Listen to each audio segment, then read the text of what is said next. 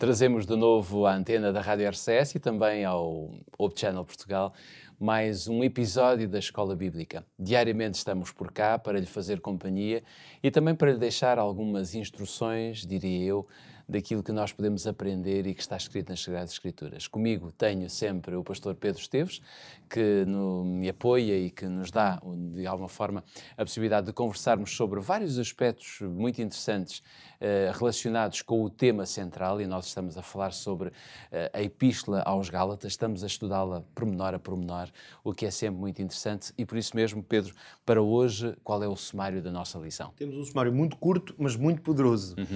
Ele vai com certeza aparecer aqui no nosso quadro, para que todos possamos ver. E o que o nosso sumário nos diz é que as nossas obras, ainda que elas reflitam a lei de Deus, e sabemos que a lei de Deus é perfeita, no fundo o ponto-chave é que estas obras nunca nos farão merecer a salvação. Ok. Vamos ver, antes de te dar a palavra e de comentarmos um pouco este aspecto, vamos ver o que está escrito em Gálatas capítulo 2, versículo 16. Se tem a sua Bíblia consigo, pode abrir, Gálatas 2, versículo 16, ou então siga a leitura através da nossa ardósia que diz: sabendo que o homem não é justificado pelas obras da lei, mas pela fé em Jesus Cristo, temos também crido em Jesus Cristo para sermos justificados pela fé em Cristo e não pelas obras da lei, porquanto pelas obras da lei nenhuma carne será justificada. Paulo, nesta passagem de Gálatas, capítulo 2, versículo 16, ele apresenta por 3 vezes a mesma expressão, dizendo que uma pessoa não é justificada pelas obras da lei. O que é que ele quer dizer com esta expressão, obras da lei? Compreender o conceito de obras da lei, de facto, é ir ao âmago, se quisermos, ao centro desta Epístola aos Gálatas.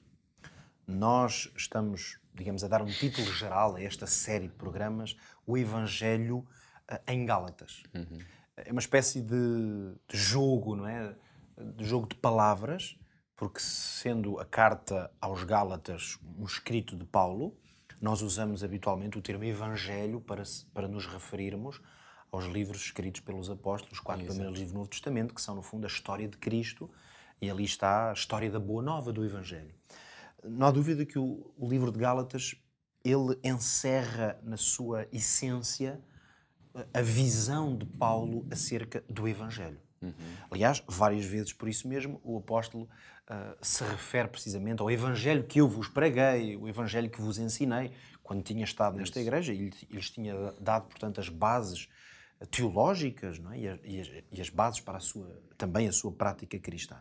Quando nós falamos deste conceito que Paulo explora de maneira tão clara e até repetitiva, no sentido em que é uma ideia-chave que ele está a mostrar diferentes dimensões dessa ideia, o conceito de obras da lei, que hoje nos estamos a focar aqui, isto é uma coisa que estamos a fazer de forma pausada e ir declinando pouco a pouco, por isso, ao longo dos próximos programas, vamos com certeza abordar mais a questão precisamente do que é justificar, estar ou não justificado nas obras da lei. Portanto, não vamos já explorar tudo aqui. Não é?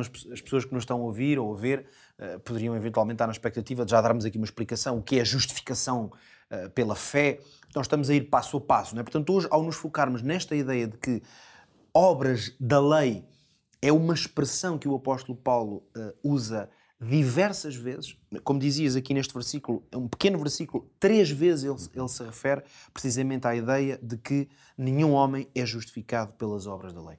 O apóstolo está a referir-se aqui precisamente, a expressão lei, é certo que ela, mesmo nas nossas traduções, embora possa aparecer sempre a palavra lei, ela pode ter diversas origens, digamos, quando vamos ao grego, ou mesmo àquilo que, a partir do hebraico, o apóstolo se estava a referir. É evidente que a palavra lei pode fazer uma referência a todo o Pentateuco, porque ele também pode ser traduzido como lei. É evidente que são os 5 livros são os de 5 livros de Moisés, da Bíblia, não é? Era conhecido entre os judeus e, portanto, com certeza neste tempo, mesmo na Igreja Cristã, essa expressão. É evidente que lei também se pode referir de uma maneira específica à lei mosaica, portanto, de uma maneira mais concreta às leis que Moisés recebeu da parte de Deus. É evidente que, num outro sentido, lei pode até referir-se às várias ordenanças que Moisés não escreveu, mas que ao longo do tempo os rabinos e a liderança judaica foi criando ou mesmo uma referência mais específica aqui à lei moral, por assim dizer. Mas há um conceito-chave. Mas aqui, claro, há um conceito-chave. O apóstolo está-se a referir com certeza, e isso entende-se no contexto deste capítulo, a todos os requisitos que Deus determinou através de Moisés, sejam eles morais, sejam eles cerimoniais. Isso está claro. O conceito-chave aqui é saber se os méritos que podem vir à nossa vida por obedecermos à lei, e por isso é que é evidente que o apóstolo está a referir-se de uma forma mais abrangente, com certeza, à lei moral, assim como a lei cerimonial. A lei moral está com certeza incluída aqui, porque os maiores méritos, com certeza, ainda assim, há haver mérito para salvação na obediência à lei, claro, quase que numa escala de prioridades, isso estaria sempre mais na lei moral, porque ela reflete, reflete valores muito mais abrangentes e fundamentais. A verdade é que o que o apóstolo Paulo tenta, portanto, explorar, a partir desta compreensão de que lei é que ele está a falar, é a ideia de que a obediência à lei, a esta lei que Deus estabeleceu como ordem para o seu povo, nós não podemos, a nossa salvação não nos é garantida através de uma tentativa de obediência escrupulosa a essa lei. Portanto, nós nunca poderemos chegar ao ponto de ser tão corretos, tão assertivos na obediência à lei, que se chega ao ponto de dizer assim, ok, sou tão certinho na maneira como correspondo a estes critérios ou a estes requisitos que a salvação me está garantida. A esta problemática, a resposta de Paulo é claramente não. E nós percebemos por isso que uma das grandes preocupações de Paulo ao escrever a carta aos Gálatas é que, de forma manifesta, estavam a levantar-se vozes, com certeza até se calhar entre a liderança na igreja dos Gálatas, que iam na direção de dizer que se, através de determinados comportamentos, fossem o cumprimento de requisitos da lei moral, como seja, por exemplo, os 10 mandamentos. Mas de uma maneira específica, nós percebemos isso no contexto da carta, que Paulo se refere muito ao cumprimento de certos requisitos que estavam determinados dentro da aliança, como por exemplo, a circuncisão. O que o apóstolo diz-nos claramente que não, a nós hoje que lemos a esta distância, e claro, aos crentes que nesta altura o liam, é que não é através desse cumprimento que a salvação lhe está garantida. Então, importa saber quais são as obras da lei.